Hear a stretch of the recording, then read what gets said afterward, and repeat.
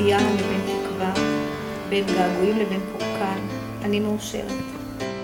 כל מי שהכיר אותו היה בטוח שהוא קרא הכי טוב שלו. הוא היה מאוד מרכזי. אני זוכרת בעיקר קטעים. הוא היה בכל מקום. רק כמו אח קטן שלי. אופיר היה ילד צעיר שלי. הוא היה אומר, איך הוא היה מתנהג. המנהיגות השקטה, דובלב. היה בו משהו מיוחד בתור חבר. תמיד הסתכלתי עליו כדמות נשגבת. כמו שיחות נפש.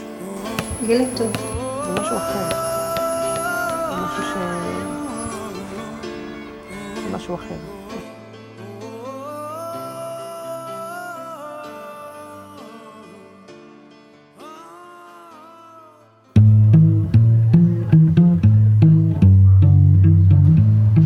מזל טוב.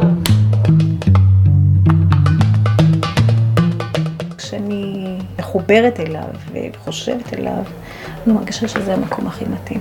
אני מרגישה אותו איתי, פה במיוחד.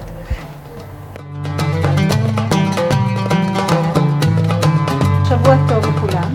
הערב אנחנו נפתח את המפגש המיוחד הזה דווקא בברכת מזל טוב. לא מסיבת יום הולדת שאמורה הייתה להיות, לו הכל היה הולך למישרים, אלא דווקא מזל טוב לבנינו, אוהד, שיבדל חיים ארוכים, ולחברתו כנרת.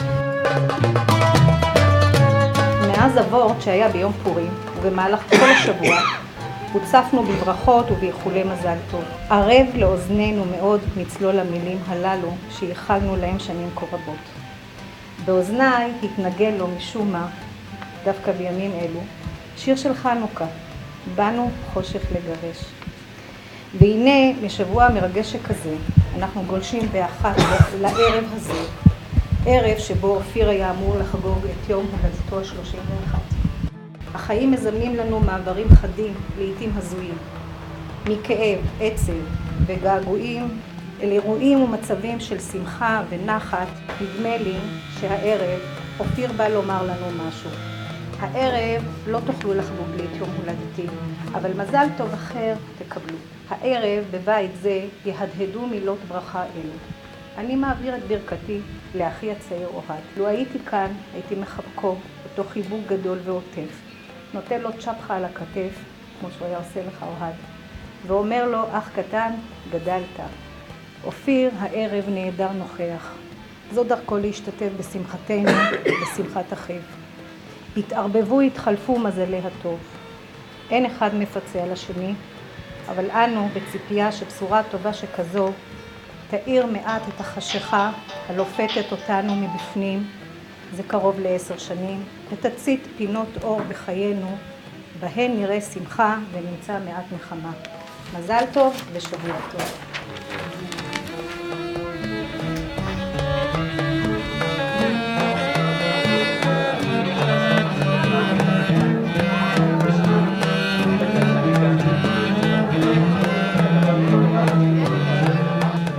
תחילת פרק ל"ב מספר את סיפור חטא העגל. העם רואה שמשה נעלם. ביומיום אנחנו חיים אותו כבר 10 שנים, כמה שזה נשמע מטורף, 10 שנים שעברו, אבל 10 שנים עברו. ומצד שני יש עניין ולחגוג את יום הולדת שלו. אז יום הולדת יש לו 2 פנים. הפן האחד זה חגיגה באמת של אותו אדם על זה שהוא נולד. ביום הולדת יש גם את הפן של מי שמסביבך. ומי שמסביבך לא חוגג את הפוטנציאל שקיבלת. מי שמסביבך חוגג מה עשית איתו. ואלה שמסביבו לא מעניין אותם הפוטנציאל, מעניין אותם מי הבן אדם שנולד. ובהקשר הזה אני חושב שהחגיגת יום הולדת היום היא החגיגה הכי טובה שיש. כי אנחנו בהחלט יכולים לחגוג גם 10 שנים אחרי שאופיר הלך את ההיכרות שלנו איתו. ובעצם זה שיושבים כל כך הרבה אנשים שזה רק החוג המצומצם והמקורב ביותר. בעצם כולם אפשר להבין מי זה היה אופיר ומה אנחנו חוגגים היום. אנחנו חוגגים היום את ה-20 או 20 וקצת שנים שהוא היה איתנו, אבל אנחנו חוגגים את ההיכרות שלנו איתו, ואף אחד מאיתנו לא מוותר על ההיכרות שלנו איתו, למרות כל הכאב הזה שהוא הלך. אני מכיר איזשהו תיאור מתוך עת שערי רצון, שראש השנה, עין במר בוכה ולב שמח.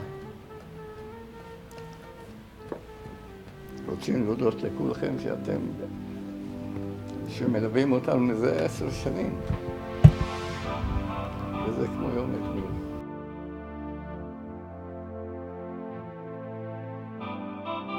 Let's let's dance for a while. Heaven can wait, we're only watching the skies.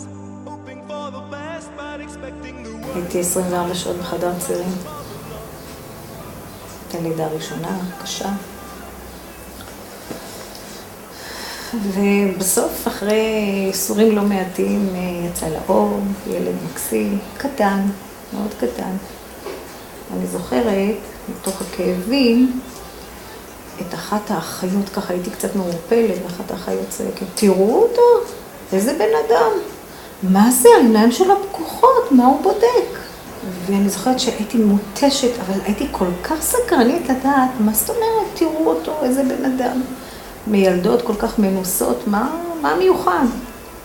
והתרוממתי ככה, התכופפתי כלפי מטה, ואני רואה תינוק קטן, שתי עיניים ענקיות. באמת, ככה בולש את החדר, את העולם, תוהה לאן הגיע בכלל. זו הייתה החוויה הראשונה. אני גם זוכרת שהוא לבש חולצה לבנה, טישרט כזאת אור. וג'ינס, זה הלבוש הקבוע שלו, וזה מאוד, לא יודעת, זה ממש תמונה שנשארה לי. ילד טוב, נבון, באמת ילד טוב. אפשר לראות ממנו שהוא ממש חתיך. בגיל, לא זוכרת איזה גיל זה היה, שנה ומשהו, הוא עדיין פעוט. הייתי בדרך מעכו, שם גרו הוריי לכפר סבא, ופתאום באוטובוס, כשהיינו באוטובוס, נפל לו מוצץ, וזה התגלגל שם מתחת לאחד הספסלים. אני זוכרת שהייתי ממש, ניצלתי את זה, ואמרתי לו, אופיר, אתה איבדת את המוצץ, אין יותר מוצץ. הייתי בטוחה שהוא יצעק כאיזושהי מרדנות, מה זה חלק ממנו. אני זוכרת שהוא הסתכל אליי, כאילו קיבל עליו את הדין, ושתק.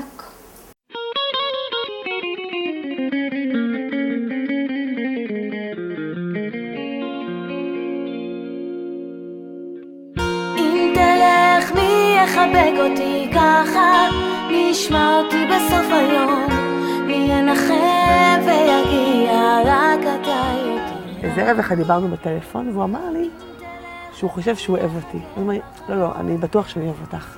שלך כשיגיע, יחבק אותי ככה, כמו שאתה מגיע. עד היום לא מבין, היינו שולחים אותה, הייתה אומרת לו, תלך לגן לבד. כשילדתי איתו עד. כן. לא יכולתי ללכת איתו. הייתה מסתכלת מהרחוב, היא אומרת לו במבט, אני מלווה אותך ואתה הולך לגן לבד, הוא היה בגיל. הוא נתן לנו להאמין בו, לפתוח בו. הוא היה כל כך אחראי, שידעתי שאם הוא אמר לי אני יכול, וזה בסדר, אז זה בסדר. אם תלך מי יחבק אותי ככה, נשמע אותי בסוף היום, מי ינחם ויגיע רק אתה יותר. קנה לי דברים, והייתי הולכת איתו לכל מיני מקומות. אופיר, זה היה נשמה תאומה שלי. אותי ככה, כמו שאתה מגיע. סמה מה מעלה, ממי המעלה.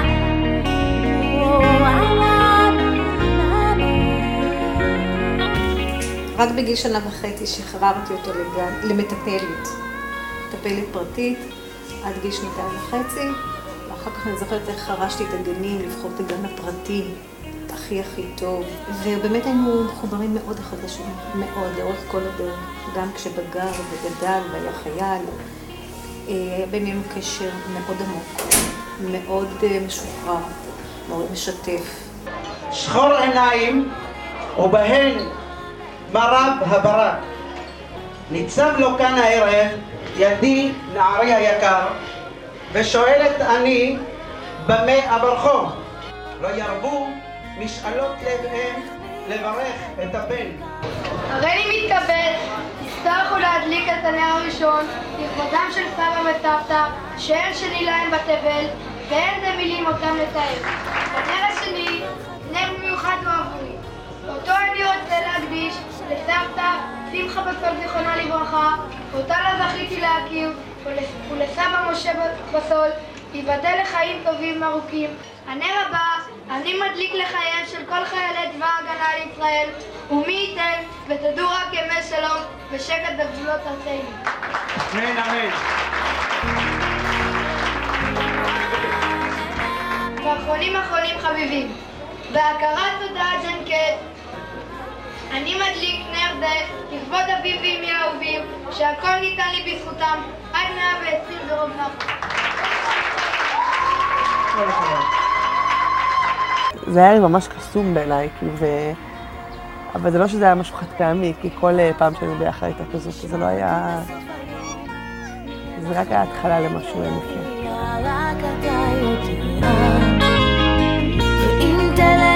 מאוד מאוד רומנטי. כן, מאוד רומנטי ולא... מאוד אופיר.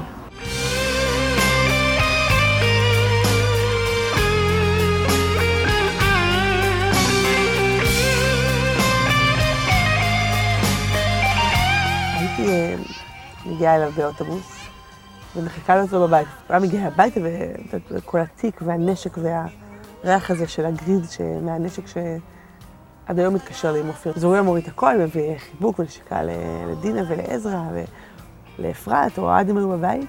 אז הוא מביא כזה נשיקה סמלית בלחי, ואז הוא הולך לחדר להניח את כל הדברים, ואז הוא היה פותח לדלת של החדר ומציץ עם הראש, הייתי רואה את הראש שלו, ואז הוא היה קורא לי שאני אבוא.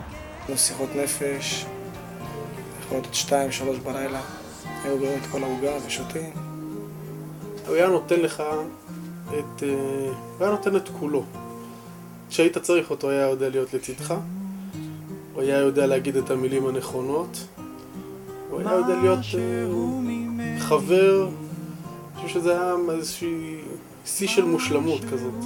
היה לו ממש אהבה כזאת ונתינה לכולם, ובאמת, זה לא היה באמת לא נכון, כי באמת הוא כאילו היה חבר טוב של המון אנשים. אבל ידעתי שכמה שהוא חבר טוב של הרבה אנשים ואוהב מאוד הרבה אנשים, ידעתי שאני המיוחדת. גם שהיו כל מיני דברים וכל מיני מחלוקות, הוא תמיד היה, הוא שם את עצמו יחסית בצד ומשתדל כמה שפחות לא להתערב בדברים האלה. גם נדיב, אז בהכל, נדיב לב, נדיב באהבה שלו, נדיב בכסף, נדיב את הפלאפון שלו, אנשים זרים שהוא מכיר שרצו להתקשר למישהו, כל דבר. נדיב להישאר שבת בשביל חבר. שנינו אהבנו מאוד מאוד בורגראנץ'. שהוא התקשר אליי, אמר לי מה קורה איתך, אני מחכה לך בבורגראנץ', ומה לעשות, אני התעכבתי בדרך, ואז הוא הפתיע אותי, הוא לקח בורגראנץ', הביא לי הביתה, וכשהגעתי הביתה, הוא חיכה לי בבורגראנץ', מקום אצלנו בבית, ואכלנו ביחד בבורגראנץ'. אז גם הצטלמנו את התמונה האחרונה שלנו ביחד. היינו נהנים הרבה מאוד להיות בבתים אחד אצל השני. שזה שסיפרתי לכם האחרונה שלנו ביחד, בבורגראנץ'. את הסיפור בימי השבעה, שאחד מהחיילים, אמרתי לך שהגעתי ממש בסוף השבעה. יושב בסעודת אבלים שלו, אחד החיילים מגיע. כל הזמן המערב, אופיר כל הזמן למד משהו. הוא לא ידע מה זה הדבר הזה שהוא למד. ואז שאלתי את עזרא מה זה, ואז הוא אמר שהתברר לנו שזה הסליחות. שכל הזמן המערב, כי אתה בעצם המערב לא עושה הרבה דברים. אתה לומד כל הזמן.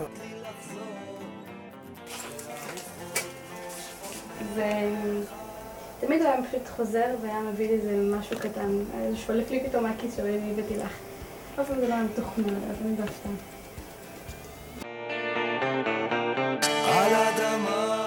היה שולחן כזה ממש גדול שכל הדודים היו באים עם הנכדים והכל, תמיד זה היה כאילו האירוע שתמיד חיכינו לו כל השנה. הייתי בונה אוהלים, אף אחד לא רצה לשמוע איתי באוהל, כי כולם רצו לשמוע במזרונים ובמיטות עם הבני דודים האחרים, ואופיר, אני חושבת, עזר לי לבנות את האוהל עם אבא שלי, והיה לנו אוהל לתפארת. אופיר תמיד היה ההיילייט של המשפחה. עם אופיר היה לי קשר מאוד מאוד מיוחד, מאוד מיוחד.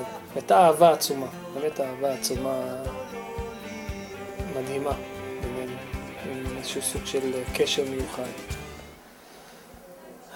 ואני ראיתי בו כמו אח קטן.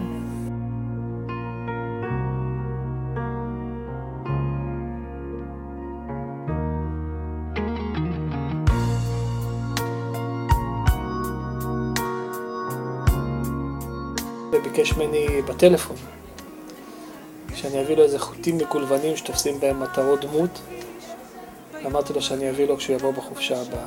אופיר הוא ביטוי, הייתי אומר, חלומה של כל אם, חלומו של כל אב.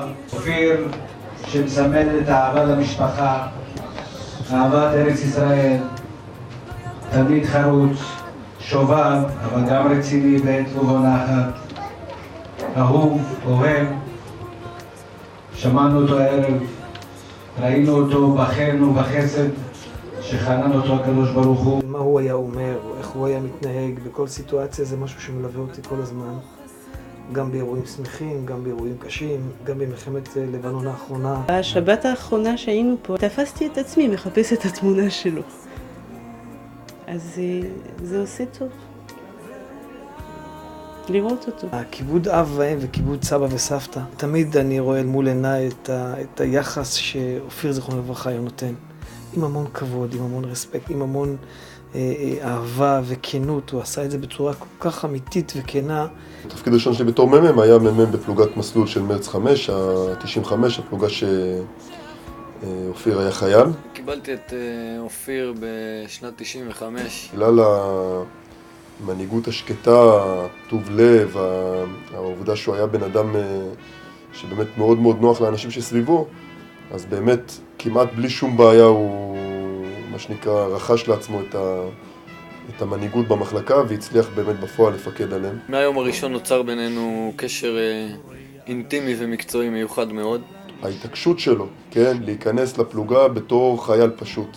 בתור אחד שמבצע את כל המטלות והמשימות שלו, למרות שהחבר'ה בפזם שלו בצבא כבר מזמן עברו את זה. את הנכונות שלו עם כל הלבטים שהיו לו, עד כמה הוא בעצם כבר צבר את המנהיגות בפלוגה, הוא הסכים מיד. מהרגע הראשון הוא פיקד ולא הייתה לו שום בעיה. הרמה האישית שלו והרמה המקצועית שלו, הערכים, כל מה שאפיין אותו, זה פשוט משהו שלקח.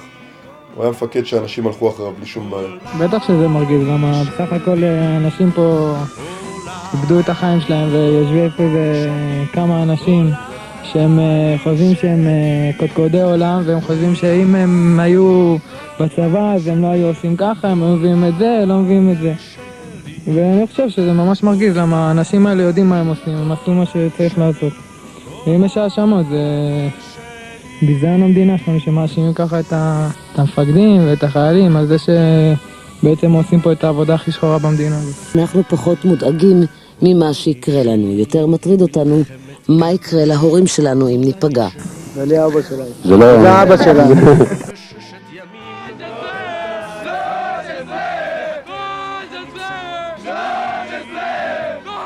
האדם המיוחד, השקט, הצנוע, אבל המוביל עם מנהיגות מיוחדת.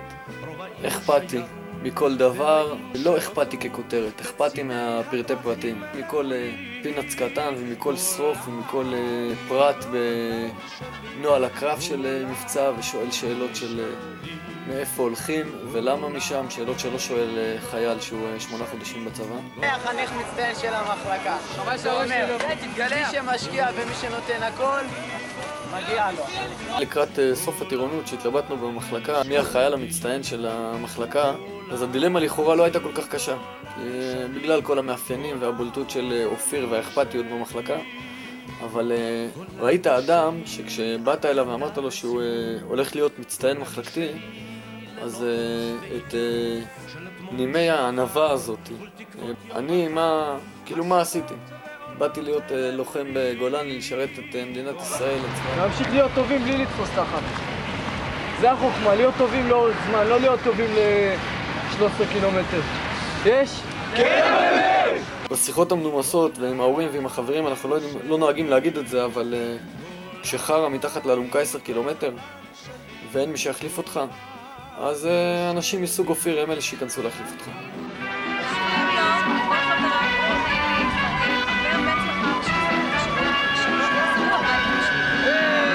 גולני שלי תורי אנשים, גולני שלי שמות ופנים, מקומות וזמנים וקולות לשונים, השבים ועולים ומולים.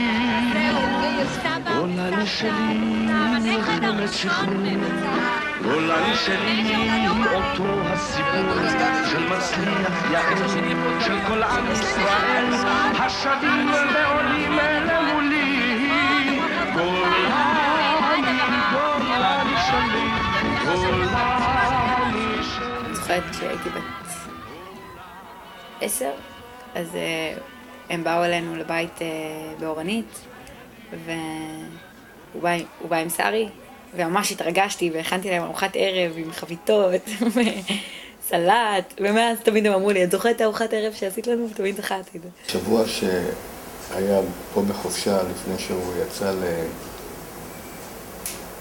ולא חזר. אני ישבתי פה, ואותו בא אליי, ככה, את יודעת, בנחישות כזאת, אבא, מה להכין לך לאכול? אני אף פעם לא מכינים לי לאכול, אני מכין תמיד לבד, אני לא... עוד הבן שלי ועוד שיכין לי. מה אתה שומע, חמוד, אני לא רעי. אומר לי, לא, מה להכין לך לאכול? אבל הוא אומר לי את זה כמעט כמו בפקודה. ואני רגע אחת, אני מסתכל עליו, לא מבין מה הוא רוצה ממני. אמר לו, תשמע, אני לא רוצה עכשיו שתטרח וזה. הוא אומר לי, אתה יודע מה, יש לי רעיון. אני אכין לך בורקס במקווה. ולא הייתי באמת רעי. אכלתי. גמרתי לאכול. הוא אומר לי, אבל מה נכין לך לשתות? אני רואה שיש פה משהו לא כתמול שלשום. אני רואה שונות, ואני לא מבין מה קורה. הוא רצה לכבד אותי כהורה, כאב, והיום אני יודע במבט לאחור שזה היה לו מאוד חשוב, ואין איזשהו דחף פנימי שכנראה ידע שאנחנו נפרדים. גם מוצאי שבת, סוף רגילה. סוף רגילה, לא רגילה. לא רגילה, שזה... הוא היה שבוע בבית. לא, זה הייתה יציאת קו. לא זוכרת למה אמרנו לכם בדרך. אמרתי לך, אל תלכו, תלוו אותם לבית, ככה רוצים להגיד לכם משהו. פשוט לא יכולתי להגיד את זה לידו. אני אמרתי לך בדרך כבר. שמה? נכון. שהם הולכים להגיד לנו. שהם הולכים להתחתן. אני זוכרת, נכון, הלכתי קדימה עם אופיר ואמרתי לו, הם מסתכלים על בליינד, בטוח יודעת. ואז התחלנו ללכת והגענו לכאן, והתיישבנו פה בחוץ. ישבנו ממש ככה. אמרתי, אבל צריכים לספר למישהו, אז... שזה הכי פייר. כן, כי זה גם שלי וגם... גם שלו. ואז התחילו החיבוקים. והבכי. כן. כמובן, כי אי אפשר לספר כזה דבר בלי בכי. ואני שמחה שסיפרנו לכם. כי אחרת אני חושב שהייתי עובדת עליהם, זה לא באמת קרה. נהפך למוחשי יותר. כי אחרי זה כאילו היה מת, וכולם היו אומרים... הייתי אומרת, לא, אבל באמת כאילו תיכנו, ואף אחד מי היה יודע. שמחתי, כי לפחות כאילו גם מישהו... לפרוק את זה.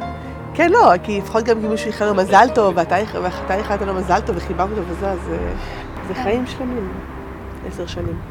זה משהו אחר. זה משהו זה אהבה של גיל אחר.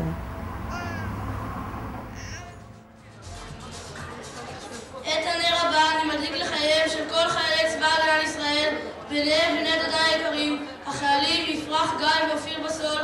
ברגע זה של רצון וברכות, אשא תפילה כי תדעו רק ימי שלום, שקט וביטחון ותשובו לבתיכם בשלום.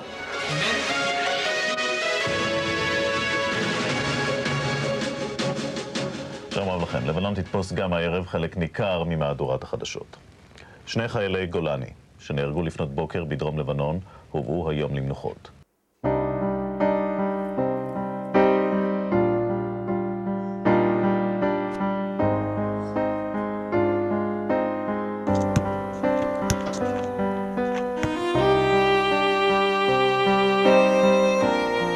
סמל ראשון אופיר בסול, בן 21, מכפר סבא. צר לי עליך אחי אופיר, נעמת לי מאוד, נפלאה אהבתך לי מאהבה. היה לנו קוד, הוא היה מתקשר אליי, שהוא היה מצלם הערבים של 60 או 80 שעות, הוא היה מודיע לי לפני שהוא יוצא. לפי הקוד ידענו אם הוא יוצא ליומיים או ל3 ימים, וגם ידענו לפי זה מתי הוא אמור לחזור. זה היה בדרך כלל 5 בבוקר בזמן שלנו. ואז היה לי פלאפון, הוא מתקשר, הפלאפון היה דלוק על המיטה לידי, הוא מתקשר אליי להגיד לי רק שהוא חזר. רציתי ללמד בבוקר את הכיתה שלי שיר, שהיום כאילו הוא תמיד קשור אצלי לאופיר. בלבבים מתשבנה. זה הלילה שלא יכולתי להירדם בו.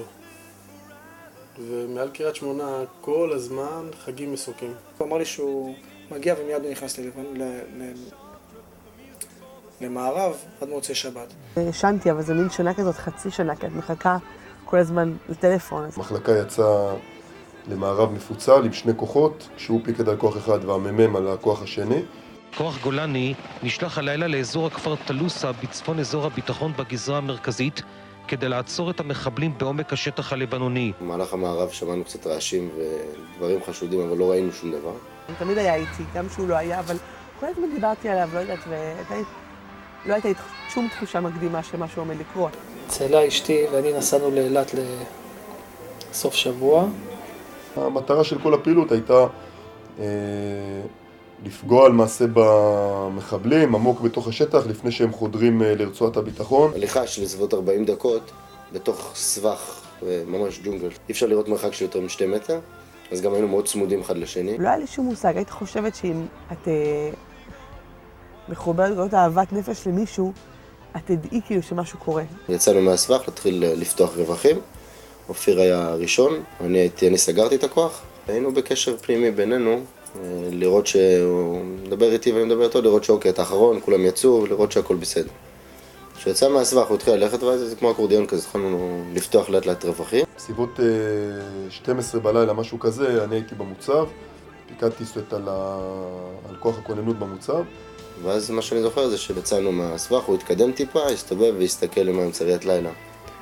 הסתכל אחורה, לראות שכל הכוח יוצא, שאל אותי, יצאתם, הכל בסדר, כולם שם, לראות בדיקת קשר שהכל תקין. איך שיצאתי מהסבך, אמרתי, כן, הוא הסתובב, התחיל ללכת. אחרי 3-4 מטר עלינו על המטען. יש לי כמו פיצוץ באוזניים, אני לא מסוגל להישאר פה, בוא נלך לחדר.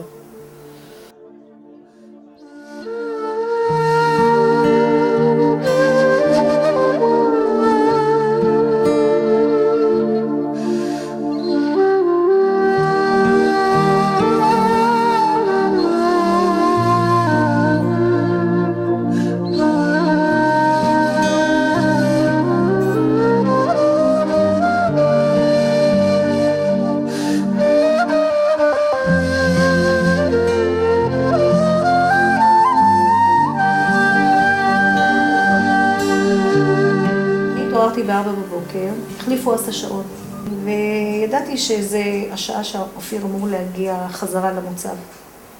הדלקתי רדיו, היה חדשות היה 4 בבוקר, לא אמרו שום דבר. ואחר כך היו שירים, התחילו שירים נעימות כאלה, רגילות לחלוטין. בערב 5 אנחנו שומעים נקישה על הדלת, אני שמעתי נקישה על הדלת. ואני לא רציתי לשמוע. אבל אני שומעת עוד פעם. ואז אני אומרת לעזרא, הערתי אותו, עזרא בדרך כלל קשה לו להתעורר, אבל הוא התעורר מיד, כאילו היה כבר ער. ואני אומרת לו, עזרא, דופקים בדלת. הוא אומר לי, לא דופקים בדלת. אני אומרת לו, עזרא, דופקים בדלת. הוא אומר לי, אני לא דופק בדלת. ואת שומעת את הנקישות על הדלת. אז אני אומרת לו, אתה תקום. אני לא קם. ואני ככה כולי רועדת, מקפצת מהמיטה לפה, לשם. בסוף החלטתי שאין ברירה, אני מציצה דרך העינית הזאת. ואני רואה מדים. ואני אומרת לעזרא, אני לא יכולה לפתוח להם, תפתח אתה. הלב שקע. הוא מתעקש איתי, מין התעקשות לא רציונלית, לא במקומה. ואני אומרת לו, אתה תקום ותפתח את הדלת. והוא קם, התחיל לבכות. היה פיצוץ. בהתחלה בכמה שניות הראשונות עדיין לא הבנו מה קורה שם, כאילו הם יורים עלינו, הם על מטען, לא הבנו בדיוק מה קורה. הוא מתחיל להגיד, תלכו מפה, אני לא פותח לך את הדלת, תלכו מפה. הפינוי מהשטח היה קשה. דקות אחדות לאחר הפעלת המטענים החלו המחבלים לירות לעבר החיילים ולעבר המסוקים אשר שוב ושוב ניסו לחלץ את הפצועים מתוך האש. ספרנו, היינו שחסרים לנו שתי חבר'ה. בדקנו זה אופיר ורוסו, זיכרונם לברכה. בסופו של דבר אני פותחת את הדלת. נכנסים שניים. הם עומדים מולי והם מנסים להיות ככה מנומסים ובשקט. הם אומרים לי, בואי תשבי. אמרתי, סליחה. מה, אתם רוצים לארח אותי בסלון שלי עכשיו? תגידו מה שיש לכם. טוב, תשמעי, ככה הם היו קצת מבוכים, תשמעי, הבן שלכם נפצע אנושות. נכנסנו פנימה, מחפש מסביב, אתה לא רואה כלום, כאילו מההדף הם עפו, גם אופיר וגם רוסו. ותוך כדי זה אני צעקתי את השמות שלהם לראות אולי מישהו יענה. צעקתי והלכנו עד ששמעתי את אופיר. חיכיתי הטלפון ממנו. הטלפון כמובן לא בא, דינה התקשרה אליי. זה היה מדרון כמו קורקר כזה, אז כל פעם שאת מנסה להרים את מחליקה למטה, זה היה קשה להרים. פחות או יותר הייתי צמוד אליו מאותו רגע, כאילו מרגע החילוץ עד שהבנו אותו למסוק בסופו של דבר. בהתחלה הוא שאל לגבי השעה, הוא שאל כאילו מה קורה, כאילו לא... על אף הפציעה ועל אף הכל, הוא לא כל כך התרכז במה שקורה איתו. הוא לא בדיוק הסתכל והתחיל להתלונן, כאילו התלונן שכואב לו, אבל לא התחיל להתבכיין יותר מדי משהו. הוא ניסה לדבר איתו, להרגיע אותו שהכל יהיה בסדר, הוא כבר אחרי הקטע הרע, מפה אנחנו נחלץ לך ולטפל בך ותגיע לרמב"ם והכל יהיה בסדר. עד כמה שאפשר ככה לנתח התנהגות של אדם פצוע בצורה כל כך אנושה, אבל הוא גם התנהג בצורה מאוד מאוד, בגבורה אדירה. הוא לא אמר לי שום דבר פשוט, אמרו לי שהוא בבית חולים, ואני לא זוכרת בדיוק איך זה קרה, ואז אחרי זה הבנתי ש... מתלבש ובוכה, ממש תוך כדי בכי. ואני אומרת לו, אל תבכה, מה? אמרו שהוא פצוע אנוש, הוא לא מת, מה? תזדרז, להפך, בוא נזדרז, שנלך ונראה אותו. האזרח מצלצל אליי, אומר לי, אופיר, מה זה אופיר? אופיר, מה זה אופיר? ככה קראנו, אופיר, נפצע. נחיתו אותו פעם ראשונה במנחת בגיבור, ליד קריית שמונה. האנשים שליוו אותנו מקצין העיר, אז הם מספרים לנו באמצע, תשמעו, מעבירים אותו לרמב"ם. אנחנו לא נמשיך לצפת, אנחנו נעבור לרמב"ם. טוב, בסדר. בסופו של דבר אנחנו מגיעים לרמב"ם, אבל אופיר עוד לא הגיע. אמר ראשון אופיר בסול, הגיע במצב אנוש לבית החולים רמב"ם בחיפה. 5:30 אנחנו שומעים את המסוק נוחת, ומביאים על אלונקה את אופיר. אני רואה את אופיר, הגשתי אליו. שני האנשים האלה מקצין העיר רצים אחריי, חשבו שאולי מה אני כבר הולכת לעשות להם, אולי אני אעשה להם שם איזה סצנה, אני יודעת מה. ואני רואה את אופיר ככה, כל החלק התחתון שלו מכוסה, והחלק העליון חשוף. אני מסתכלת, הכל נראה בסדר. הראש בסדר, פנים בסדר, עין אחת מפוחה, והוא מונשם, מורדם כנראה גם, ואני עשיתי משהו שעד היום אני מצטערת עליו. רציתי לנשק אותו, ולמדתי, הוא יתרגש. אני לא רוצה שהוא יתרגש יותר מדי, הוא במצב כזה, אז רק אמרתי לו, אופירי, תחזיק מעמד, תיאבק, אל תוותר. קשרנו לבית חולים זיו בצפת, והם לא היו יכולים לספר לי שום דבר. אמרתם, אבל אני חברה שלו, ואמא שלו התקשרה אליי, ואני בדרך, אני רק רוצה לדעת מה המצב שלו. אמרה, אנחנו לא יכולים לספר כלום. את יכולה לפחות לאמת שחייל הגיע אליכם? זאת אומרת, שתי חיילים הגיעו לנו, ושתי במצב קל. אמרתי, טוב, מצב קל, כאילו זה חיים. בא אליי באיזשהו שלב הרופא, אומר לי, מצב הרגל שלו קשה. אופיר נקטעו שתי הרגליים כשהוא עלה על המיטה. ואני אמרתי לו ככה, באמת עד היום אני לא מאמינה למשמע אוזניים. אמרתי לו, תשמע, אז תחתכו. אבל מה, תשאיר אותו בחיים. אז אם אתה פצוע אתה חי, ואם אתה הרוג אתה מת. ואם אתה פצוע, ועוד פצוע קל בכלל, כאילו מה, אז חיים זה פציעה והכל בסדר. אז אמרתי, אוקיי, כי הוא ניתק את טלפון, אמרתי לאבא שלי, אמר לי, לכי תמשיך, אני אקח אותך. אמרתי, אוקיי, הלכתי לחדר, לקחתי תיק, התחלתי לארוז דברים. אני גם זוכרת שבדרך החוצה, אבא שלי אמר לי, תקחי תהילים איתך בדרך. באוטו סיפרתי לאבא שלי שרק לפני שבוע וקצת אופיר נחתו להתחתן. שאלתי אותו, מה עם הראש? יש לך, אם עשיתם סיטי, הראש בסדר? הוא אמר לי, עשינו סיטי, הכל, הראש בסדר. שמתי לרווחה. אז אם הוא יצטרך קצת שיקום, אז זה נורא. אז אני התחילה לדחות החתונה קצת, אבל כאילו... אנחנו נתחתן והכל יהיה בסדר. כי זה היה לי ברור שהוא יצא מזה. באיזשהו שלב, משהו כמו 3/4 שעה, אני רואה ככה מהדלת שלא הייתה סגורה לגמרי בחדר שישבנו בו. פמליה של אנשים. פמליה בלבן מתקרבת לכיוון החדר שלנו, וליבי כבר ניבא לי רעות. אני ככה מציצה, ואני רואה אותם נכנסים, ואז אני אומרת לרופא, אתה לא הולך להגיד לי את זה. אמר לי, אני כן הולך להגיד לך את זה. לא, אתה לא הולך להגיד לי את זה. אמר לי, אני כן הולך להגיד לך את זה. אני זוכרת רק כשהכנסתי את הראש בקיר, אומר לי... הלב לא עמד לו. זה משפט נורא, הלב לא עמד לו.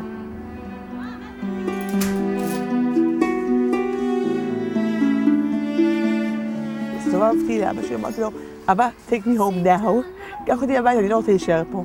אז הוא אמר לי עוד מעט, אמרתי לו, לא, עכשיו קח אותי הביתה. הייתי בטוחה שזה חלום רע, אני רק הגיע הביתה, לחזור לישון, אני אקום והכל ייעלם. מיליון כוכבים בשמיים תופסים את הצבע שלך בעיניים, תן רק עוד שנייה אחת לומר לך שלום. רצית לאום, זה ערב אחד, קראו את מסך האלמונים, לפני 1000 ואמרת שהשבר הגדול עם האסון שעטפם קרה כל לב בבית ישראל. שרי, אני זוכרת את התמונה הזאת, הייתה לה איזו זעקה חרישית, אבל זעקה כזאת שאני לא אשכח. אמרתי, תשמע, משה, קרה דבר איום ונורא. אמרתי שאופיר נהרג.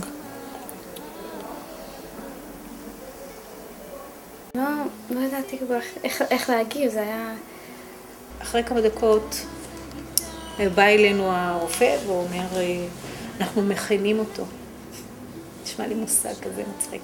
אנחנו מכינים אותו ועוד מעט תוכלו לבוא להיפרד ממנו. זה להיפרד. דיברתי איתו ואמרתי לו, אל תדאג, הכל יהיה בסדר. אני אשמור על אמא שלך ועל אפרת.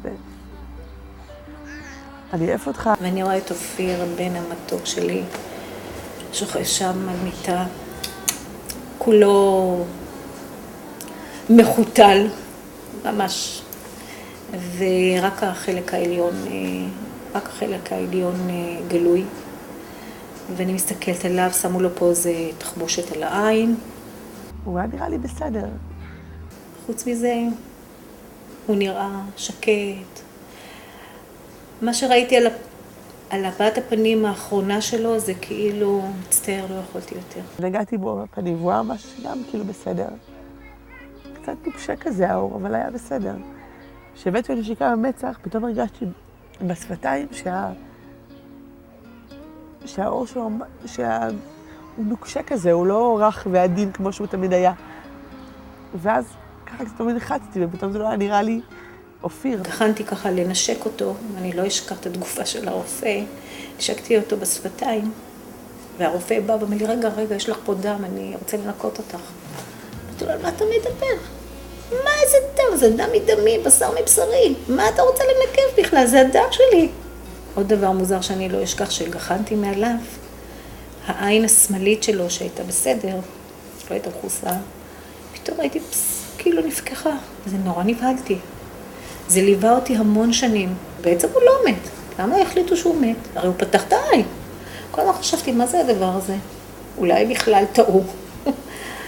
ושאלתי אחר כך כל מיני אנשים כשכבר העזתי לדבר על זה. חלק אמרו לי שזה רפלקס, ויש כאלה שאמרו לי שזה דרכו להיפרד ממני.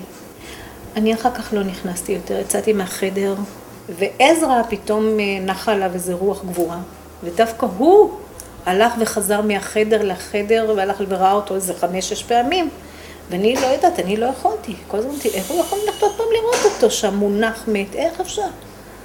לי הספיקה פעם אחת. מאז, כל יום, אין מצב שאני לא חושב עליו, אם אני נזכר בו, כולם יודעים כמו שדינה אמרה, קח את הטישו.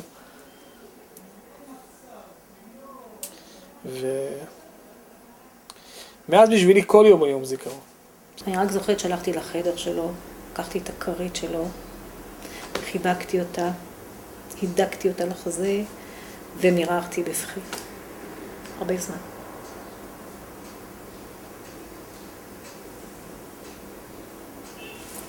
אחר הצהריים הובא למנוחות סמל ראשון אופיר בסול, זיכרונו לברכה, שנהרג הלילה בלבנון. אופיר היה אמור להשתחרר בעוד פחות מחצי שנה ולשאת לאישה את חברתו שרי. בהלוויה ענדתי שרשרת שהוא הביא לי, וכל הדרך החזקתי את השרשרת ביד, וכל הזמן אמרתי, אתה לא פה, אתה בלב שלי, אתה לא פה, אתה בלב שלי. שאני ידע כאילו שאומנם אנחנו קוברים אותו והוא עדיין איתי. אופיר ושרי היו ביחד יותר משנתיים.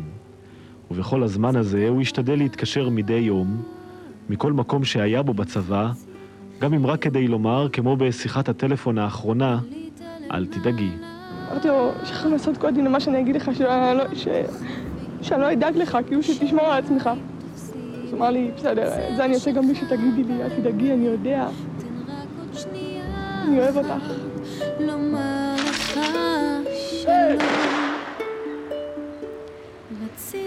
והדבר הכי חשוב שלמדת אותי, אופירי שלי, זה לאהוב.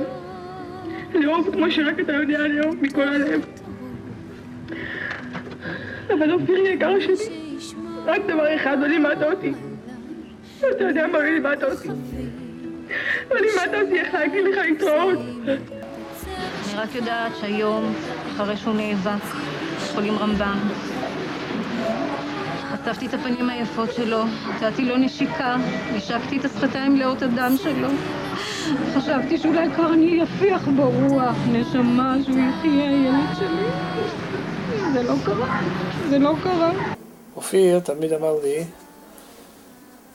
מה שאני זוכר, אחי מאיר גם היה בגולני, היה לו טאג של החטיבה, ואני קיבלתי את הטאג של אחי, ותמיד אמר לי, תביא לי את הטאג, ותמיד שכחתי לתת לו את הטאג. ובקבר של אופיר אני זרקתי את לא הספקתי לתת לו אותו אף פעם. אז בקבר של אופיר שמתי את הטאג ואת הכנפי צניחה שלי. ככה, הוא ביקש כל הזמן, אז נתתי לו אותם. קיוויתי לא לארח אותך בבית שלי. אני קיוויתי לא לראות אותו. קיוויתי לא לארח אותך. תאמיני לי. ממש ככה. ולמרות התקווה שלא להיפגש, מסעו של הנשיא נמשך, עוד משפחה אבלה ועוד אחת. מתווכחים על לבנון ומראים לנשיא תמונה שלו ושל אופיר בטקס בר המצווה של משפחת שאול אמור. ואז קברנו אותו והחיים שלי השתנו.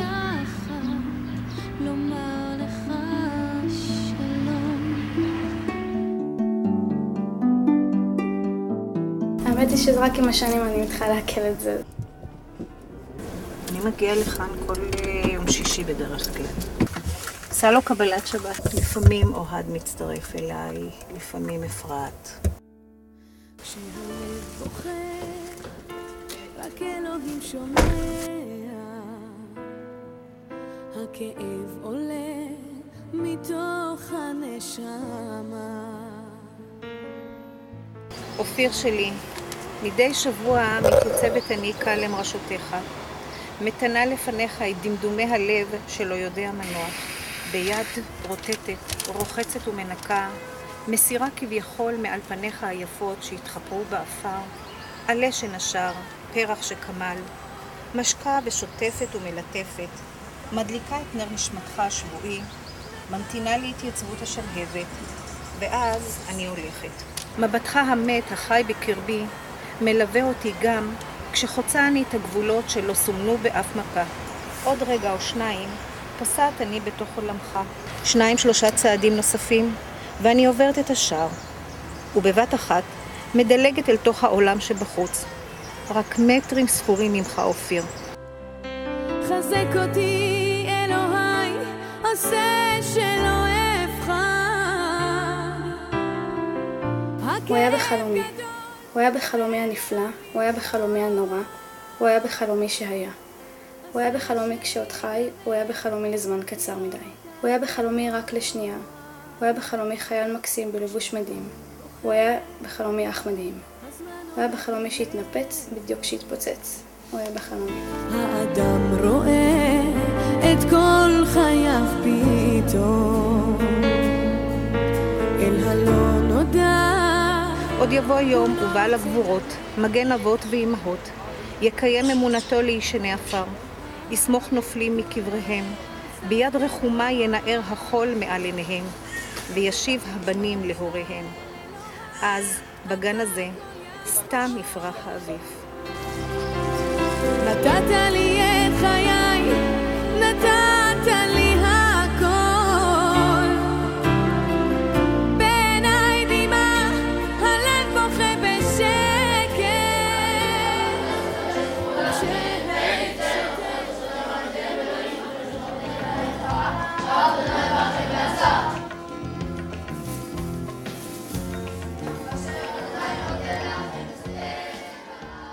המקום הזה הוא משמש בית תפילה, גם בית מדרש, עושים הכנות לבר מצווה, מקבלים חתנים, חתונות, עושים בריתות. היה לנו פה מכון לשירה.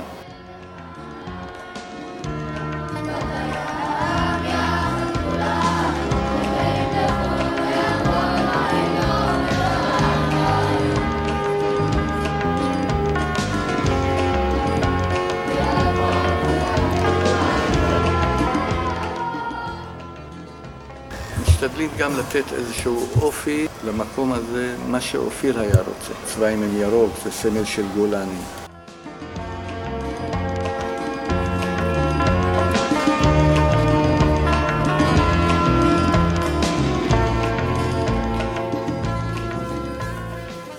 זאת אצבע קריאה ספר תורה כמתנה לקראת יום הולדת ה-49 אבינו. כל האלמנטים אנחנו השתדלנו שהיו עשויים מכסף ולא זהב, משום חז"ל שאומרים שהזהב מסמל את הגאווה. וגאווה לא הייתה באופיר. את השם ההיכל על שם הבן איש חי. ויש בזה גם סמליות. אנחנו מבינים שהבן הוא חי. אנחנו מרגישים שאופיר מלווה אותנו. הוא ממש לפעמים מרגיש שהוא נמצא לידי. לפני מעט, למעלה מחודשיים, זכתה בשעה טובה שרי, חברתך, זו שיעדת לך לאישה, והיא יעדה אותך לבעלה, עמדה תחת החופה, אבל לא איתך. שרי היקרה, שהיא מאז לאיבד בחברה, והעיקר תמיד חלק ממך, זכתה תודה לאל, לאחר כמעט 5 שנים קשות ומייסרות, לקום מבין הריסות חייה, לשקמם ולבנות לה עתיד ולא רק עבר. ייתכן שצפית בנו באותו ערב נהדר וקשה, כאשר מתחת לחופה שנפרסה מתחת לשמיים, שמיים זרועי כוכבים, בתוך גן ירוק ופורח, זוהר בשלל אורות, וצלילי מוזיקה רכה בוקעים מתוכו, עמדה שרי, קלה נרגשת, שמחה, וגם מעט עצובה. ובצידה, כן, לא אתה. שנים לגבי שנים, היו לי חלומות בלילה. הייתי חולמת שהוא חוזר. כל פעם, משהו אחר. הייתי צריכה לנשום עמוק כדי להיזכר שזה רק חלום. אופיר, אני נושאת אותך בתוכי כל יום ויום. בין אם אתה במחשבות, ברוח או בחלום. בך אני נעזרת וממשיכה להתמודד עם המציאות הנוראה, שאותי ואת כולם יחד עטפה. היום היחיד שאני זוכרת זה רק היום שהוא עזב. אף פעם לא הייתי רצה לחבק אותו כשהוא עזב. באותו בקר, לא יודעת, הייתה לי איזה... פתאום הרגשתי שהוא עוזב, וכאילו לא הספקתי להגיד לו שלום. פשוט רצתי למעלית, ונתתי לו כזה חיבוק גדול שבחיים אני לא אשכח. כל הזמן יצא לי להצטער על זה שאני לא מכירה אותו. לחשוב שאוהד עוד מעט מתחתן, בעזרת השם. אפרת, פורחת, לומדת, בחורה רצינית ומשקיענית. זה נותן כוח, בהחלט. יש בשביל מה לקום בבוקר, למרות הקשיים, ולהמשיך הלאה.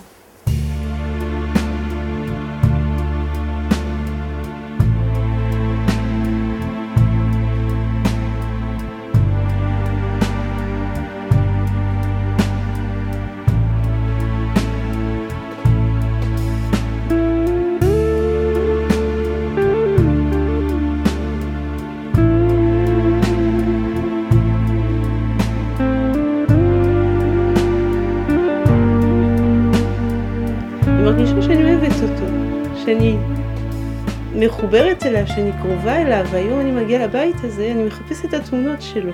עם החולצה הקצרה, עם המכנסיים הקצרים, עם האופניים האדומות. זה האופיר שתמיד נמצא לי מול העיניים. הוא לא היה סמל הטיפוסי, בוא נגיד ככה, של, את יודעת, מהקשוחים, הוא תכלס, לדאוג לחיילים. מה אתה צריך, מה אתה צריך, מה אתה צריך. בדרך למסעדה, ככה מתחת לטפטוף כאן של גשם, פתאום הוא בא מאחורינו, מאחורי שלושתנו, פרס את שתי הזרועות שלו, חיבק את שלושתנו ככה מאחורה, ואמר משפט, האמא הכי טובה, החברה הכי טובה, האחות הכי טובה. אני זוכרת שהרגשתי איזו התפעמות, איזו התרגשות מהמשפט הזה, כי הוא היה כל כך אמיתי. אני מרגישה שהוא איתנו, ובלי שום פחד, אני מרגישה שיש פה אור טוב. אז אני רק רוצה להאמין ומרגישה שיש אור ושייכנסו לשמחה, ביחד עם אופיר, אבל לשמחה. רק את החיוך שלו. תמיד תמרו שאופיר היה חבר טוב.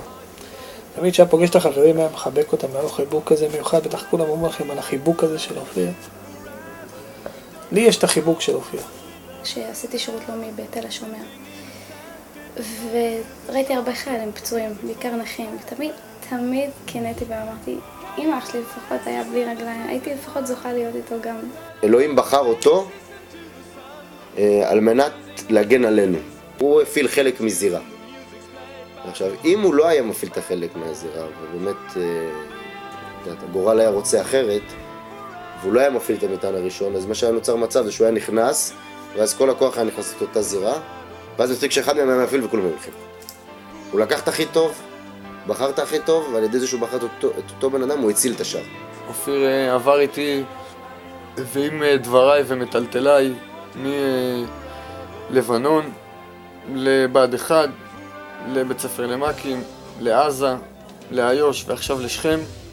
לאורך כל 10 שנים האלה הוא מופיע בתור הרבה יותר מדמות עם תמונתו המפורסמת במשרד. עד היום כשאני מסתכל על ומנסה לספר למפקדים שלי ולעצמי על מה אני מצפה ממפקד, על דמות המפקד וכולי, בן אדם שגם בלי שהוא דיבר על זה ידעת שהוא משרת מהסיבות הנכונות. אני מקווה ומאמין שאני יוכל ואצליח לשאת איתי את הכוח הזה שדינה ועזרא נותנים משנה לשנה כשאתה בא אליהם ומחג לחג, ואצליח גם לתת ולשאת איתי את אופיר למהלך כל שירותי הצבאי ושירותי האזרחי בעתיד הרחוק יותר. אופיר קנה לי פעם מתנה שלי בן 13. קנה לי מתנה בר מצווה, נתן לי סידור 5 חומשי תורה עם תפילות, ומהרגע שהוא נהרג אז 5 חומשי תורה והסידור הזה זה מלווים אותי כל שבת. זה מה שהתחייבתי שאני מאותו רגע אני אקח את זה איתי צמוד אליי, ועד היום אני חושב שלא קרה אפילו שבת אחת שהסידור שלו לא היה איתי. כשיש משהו שהוא מרגיז אותי או דבר מסוים, אז אני מנסה למתן את עצמי ולחשוב איך אופיר היה מתנהג, וזה היה ככה. משהו שהוא לא משהו שהיה ונעלם. שזה משהו שהוא תמיד נמצא איתי. זה מאוד קל לי להגיד, לחשוב מה היה קורה אם, כי זה היה כל כך קרוב, כמעט נגעתי בזה. שי, it's your house. אני חושבת שהוא היה בעל מאוד מאוד טוב. הוא היה חבר טוב, אז אין ספק שהוא לא היה בעל טוב. וגם אבא טוב, מאוד. אין לי ספק. ידעתי שכל ילד שיהיה לי יביא לי אור לחיים. היה מאוד קשה לחשוב לקרוא לילד שלי אופיר. כאילו מבחינתי יש לי רק אופיר אחד, והיה לי חשוב שהוא יהיה איתי גם בחלק הזה בחיים שלי. ואופיר, ההתחלה של השם שלו והסוף זה אור. והרגשתי שזה מאוד מתאים, כי הוא הביא לי כל כך הרבה אור לחיים, שהאור שלו קבע, האור שהוא נתן לחיים שלי לא נעלם. ובאמת קראנו לה ליאור, כי היא אור בשבילי, ביחד עם אביה וביחד עם אייל. הם נותנים לנו אור לחיים. אני אספר פעם שאמא הייתה צעירה, היא אהבה מאוד מאוד מישהו שהציל אותה, ומאוד מאוד אהב אותה. ושהיא גם מאוד ברת מזל שהיא זכתה להכיר מישהו כזה. שהוא היה בן של דינה ועזרא שהם מכירים, ושהוא חלק מהחיים שלנו למרות שלא נמצא. והיום היא מאוד מאוד אוהבת את אבא, היא מאוד אוהבת את מוטי, והוא עושה אותי מאוד מאושרת. אבל זה חלק אחר בחיים שלי, מה שאני... זה חלק אחר שהיה, ועדיין נשאר איתי ולא ייעלם. וגם 10 שנים אחרי, ואני בטוחה שגם 20 וגם 30. וגם שאני אהיה מאוד זקנה, ויהיו נכדים ונדים, ואני עדיין אופיר יהיה חלק ממני. להמשיך להחזיק אותו בזיכרון של כולנו. בעיקר של הדור הצעיר, ושל אלה שלא הכירו אותו בכלל, או שבקושי הכירו אותו. אני זוכרת, בחנוכה בערך הייתי פה באיזושהי ארוחה שעשינו, ואז דינה אמרה לי איזה משפט שממש, אני חושבת שאני אזכור אותו הרבה זמן. היא אמרה לי, נחמד להיות שוב 5. שאתם בונים עכשיו בית חדש וממשיכים את המסורות הנפלאות של המשפחות שמתוכם אתם באים. אבל אולי היום מותר גם לומר פשט אחר, בכפילות של שמח תשמח רעים האהובים, כשמחך יצירך שם בגן עדן מקדם. אין לנו ספק שהשמחה הזאת היום היא שמחה כפולה.